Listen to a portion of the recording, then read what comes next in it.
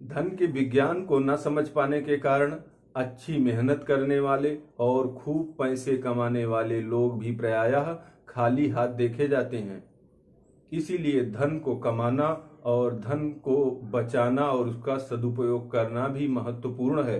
और एक जगह कहा भी गया है कि यह दुनिया में दुई बड़ा, एक पैसा एक राम, और राम भजन से मुक्ति है, पैसे से सब काम। और एक बहुत ही सुंदर उक्ति है, धन से उत्पन्न नशा ऐसा तीक्ष्ण होता है जो अंतिम अवस्था अर्थात बुढ़ापे की अवस्था में भी शांत नहीं होता। इसलिए धन के विज्ञान को जानना और धन के गुणों को, धन की महत्ता को और धन के अवगुणों को जानना निहायत ही जरूरी है। तो आज हम इसी विषय पर चर्चा कर रहे हैं। तो आज के धन के विज्ञान के इस सेशन में आप सबका एक बार पुनः स्वागत करते हुए इस सेशन को प्रारंभ करते हैं कि धन का विज्ञान क्या है। तो सबसे पहले प्राचीन आचार्यों या प्राचीन विद्वानों ने धन के विषय में क्या कहा है और उन्होंने इसकी महत्ता किस प्रकार से बताई है। तो इसके विषय में नीति शास्त्र में एक ही श्लोक आता है कि यस्यास्ति वित्तं स नरः कुलीना स पंडितः स श्रुतवान् गुणज्ञा और स एव वक्ता स च दर्शनीया सर्वे गुणा कांचनमाश्रयन्ति।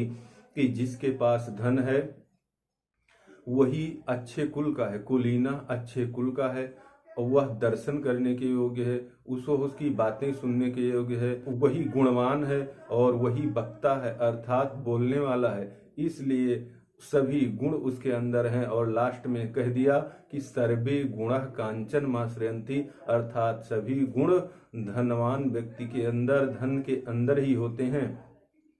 और भी पंचतंत्र में एक बड़ा सुंदर श्लोक कहा गया है धन के विषय में कि बरम बनम व्याघ्र गजादि सेवितम जनेन हीनम बहुकंटकावृतम त्रिड़ा निशय्या परिधान बलकलम न बंधु मध्य धनहीन जीवितम। कि बलकल वस्त्र धारण कर लेना ठीक है, कांटों से भरे जंगल में रहना भी ठीक है, और जहाँ पर हिंसक शेर आदि हिंसक जानवर हैं वहाँ भी रहना ठीक है, और घास पर सोना भी ठीक है। लेकिन अपने बंधु बांधवों के बीच में धनहीन होकर जीवित रहना ठीक नहीं है। और लक्ष्मी अर्थात धन को 4 पुरुषार्थों में एक माना गया है। धर्म, अर्थ, काम और मोक्ष में दूसरा पुरुषार्थ है।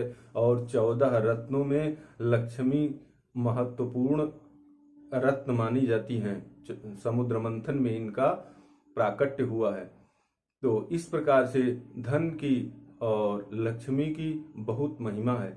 अब हम आइए जानते हैं कि इस लक्ष्मी की विशेषताएं क्या क्या हैं और उनके गुण कौन कौन से हैं जिसे हमको जानना चाहिए। सबसे पहले कहा जाता है कि जिसका दिल और दिमाग बड़ा होता है, जो बड़ा सोच रखता है, उसके पास लक्ष्मी जाती है। जिस प्रकार से लक्ष्मी समुद्र मंथन से उत्पन्न हुई, तो आप देखते हैं समुद्र भी बड़ा है और मंदराचल पर्वत भी बड़ा होता है।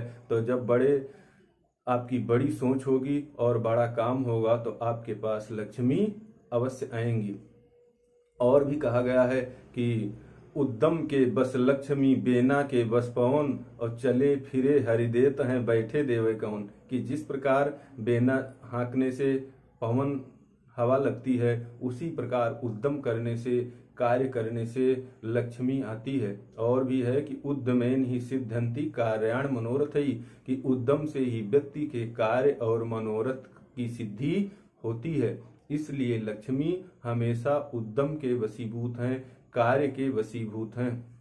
लक्ष्मी के गुणों के विषय में एक बड़ा सुंदर दृष्टांत है कि जिस समय समुद्र का मंथन होता है और लक्ष्मी जी प्रकट होती हैं, तो लक्ष्मी जी के साथ आप जानते हैं कि 14 रत्न उत्पन्न होते हैं, 13 और हैं। तो कवि कहता है कि जब लक्ष्मी जी आती हैं तो जो भी उनके साथ में और रत्न हैं वह उपहार स्वरूप कुछ गुण लक्ष्मी जी को देते हैं, और वह गुण भी लक्ष्मी जी के पास हैं। उसे आप सबको जानना बहुत जरूरी है। तो उसमें सबसे पहले है कि उच्चैस्त्रावस्य चांचालिताम, उच्चैस्त्रव घोड़े से चंचलता अर्थात लक्ष्मी चंचल हैं। पारिजात पलोभ्यो रागम राग है, अर्थात आसक्ति, लालिमा और आसक्ति की, आकर्षण की शक्ति लक्ष्मी के अंदर है। और चंद्रमा से टेढ़ापन है। जब आप देखते हैं कि लक्ष्मी वाला व्यक्ति एक दिन सीधा रहता है, बाकी दिन वो टेढ़ा ही रहेगा। तो लक्ष्मी के अंदर टेढ़ेपन का गुण है। और कालकूटा नाम मोहन शक्ति, कालकूट विष से उन्होंने मोहन, सम्मोहन की शक्ति है। और मदिरा या मदम, मदिरा से मद अर्थात घमंड। आप देखते हैं कि धन वाले व्यक्ति घमंडी होते हैं, घमंड होता है हर किसी को धन का, तो उनके पास मदिरा से अर्थात लक्ष्मीवान व्यक्ति घमंडी हो जाता है, घमंड होता है। ये इनके स्वाभाविक गुण हैं। और कौस्तुभमणये नैष्ठुर्यम, कौस्तुभमणि से निष्ठुरता है। अगर कठोरता, अब आप देखते हैं इसमें एक उक्ति कहा गया है कि सिलहा मर्द भिखारी, कि जो सीलवान व्यक्ति होता है वह भिखारी रहता है, अर्थात उससे कोई न कोई रोग आके पैसे ले लेता है। तो इसलिए लक्ष्मी वाले व्यक्ति को और लक्ष्मी को रखने के लिए आपको कठोर भी होना चाहिए। तो कठोरता उनका गुण है। अगर आप कठोर नहीं है तो लक्ष्मी नहीं रहेंगी। उसके बाद में धनवंतरि वैद्य, जो हर प्रकार का इलाज करने के लिए संभव है, तो लक्ष्मी भी जहाँ रहती है इलाज हो जाता है। ऐरावत हाथी, हाथी जो बड़ा है, विशाल है, तो आप देखते हैं कि जिसके पास धन है वही बड़ा माना जाता है, धनवान व्यक्ति ही बड़ा है, विशालता है। और कामधेनु गऊ, जिस प्रकार कामधेनु गऊ सभी प्रकार के मनोरथों को पूरा करती है, उसी प्रकार लक्ष्मी जी भी सब प्रकार के मनोरथों को पूरा करने वाली हैं। उसके शंख, शंख जो आवाज करता है, जब लक्ष्मी जहां आ जाती हैं वहां अपने आप आवाज हो जाती है, कैमरे अपने आप आ जाते हैं, लोग अपने आप उसका प्रचार प्रसार करने लगते हैं। और हरिधनु, हरि धनु का मतलब जो भगवान का धनुष है, जहां लक्ष्मी जी की निगाह तिरछी होती है वहां भगवान का धनुष तुरंत चल जाता है। और लास्ट में है अमृत, अमर करने की शक्ति। तो आप देखते हैं कि लक्ष्मी जहां होती हैं वह व्यक्ति सुख चैन से रहता है। तो ये लक्ष्मी के कुछ गुण हैं जो स्वाभाविक हैं, जिन्हें आपको जानना चाहिए।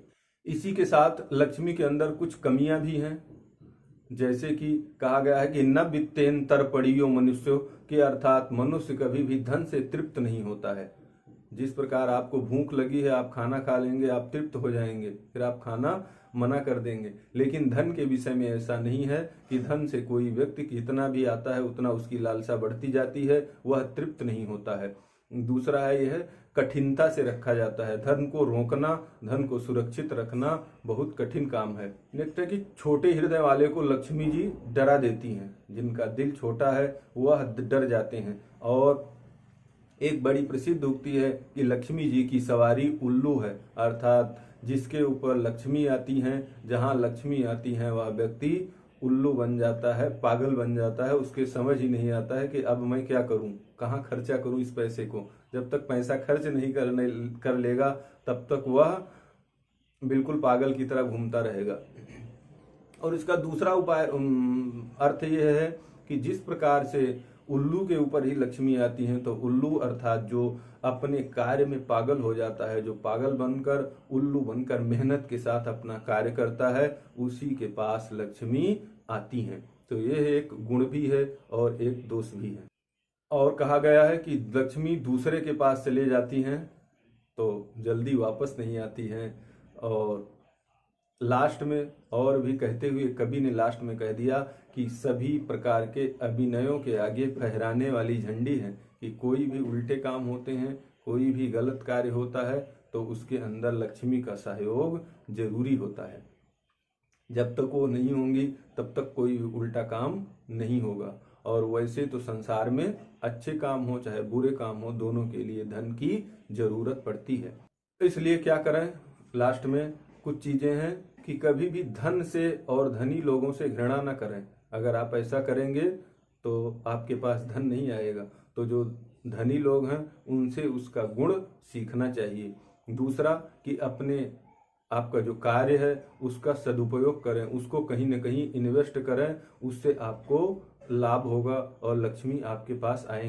और सबसे महत्वपूर्ण और लास्ट बात है कि जो भी आप कमाई कर रहे हैं, जिस भी प्रकार से, जिस भी माध्यम से कर रहे हैं, उसमें से कुछ ना कुछ पैसा 10%, 20%, 30% आपको बचा के रखना चाहिए। कई बार लोग प्रॉपर्टी खरीदते जाते हैं, सामान खरीदते जाते हैं, लेकिन आपको याद रखना होगा कि प्रॉपर्टी कभी भी धन नहीं होता है। धन वह है जो रुपए में है या सोने चांदी में है, जिसको तत्काल आप बेच करके और पैसे ले सकते हैं। तो इस प्रकार की चीज आपके पास अवश्य होनी चाहिए। तो आप सब ने धन के इस विज्ञान को, इस खूबियों को, कमियों को, गुणों को सुना है। इसका आप ध्यान रखें और धनवान रहें, सुखी रहें। नमस्कार।